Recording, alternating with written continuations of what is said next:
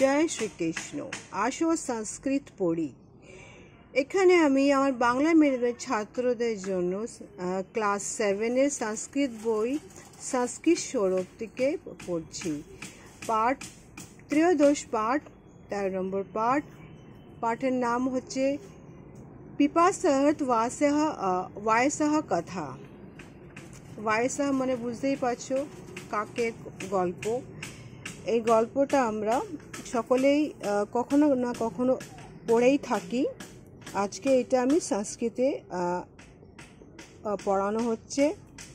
এখানে আমি সংস্কৃতে তার ট্রান্সলেটটাও করছি, বাংলাতে অনুবাদ হচ্ছে।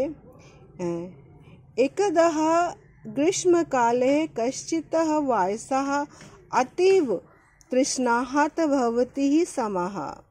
এক সময় গ্রীষ্মকালে একটি কাক, সে খুব তার জল তৃষ্ণা পেয়েছিল, সেইভাবে অতীব তৃষ্ণাহত, তার খুব জল তৃষ্ণা পেয়েছিল।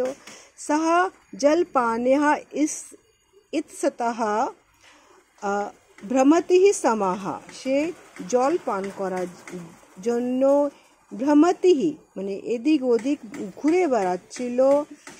কিন্তু সহ কুত্রাপি জলাং না পশ্যতি সমাহ, কিন্তু সে কোথাও জল দেখতে পেল না।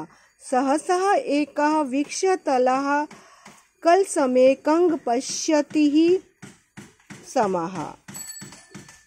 সহসা মানে হঠাৎ করে একটি গাছের নিচে একটি কলস, যেখানে সে কলসে অমেকঃ পশ্যতি সমাহ, সে একটি গাছের নিচে একটি কলস দেখতে পেল। কিন্তু জলাং কলসে নিম্নতলে ভবতি সমাহ, কিন্তু সেই কলসের ভিতরে জলটা একদম তলায় ছিল। কেনাপি উপায়ঃ স ওয়ায়সः জল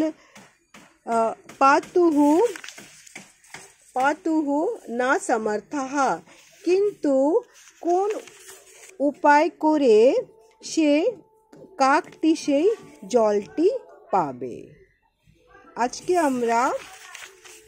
আজকে আমরা এত পর্যন্ত করছি।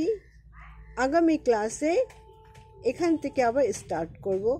ততক্ষণে তোমরা প্র্যাকটিস করো। যদি কোনো রকম অসুবিধা হয় আমাকে কমেন্ট বক্সে জানাবে। জয় শ্রীকৃষ্ণ।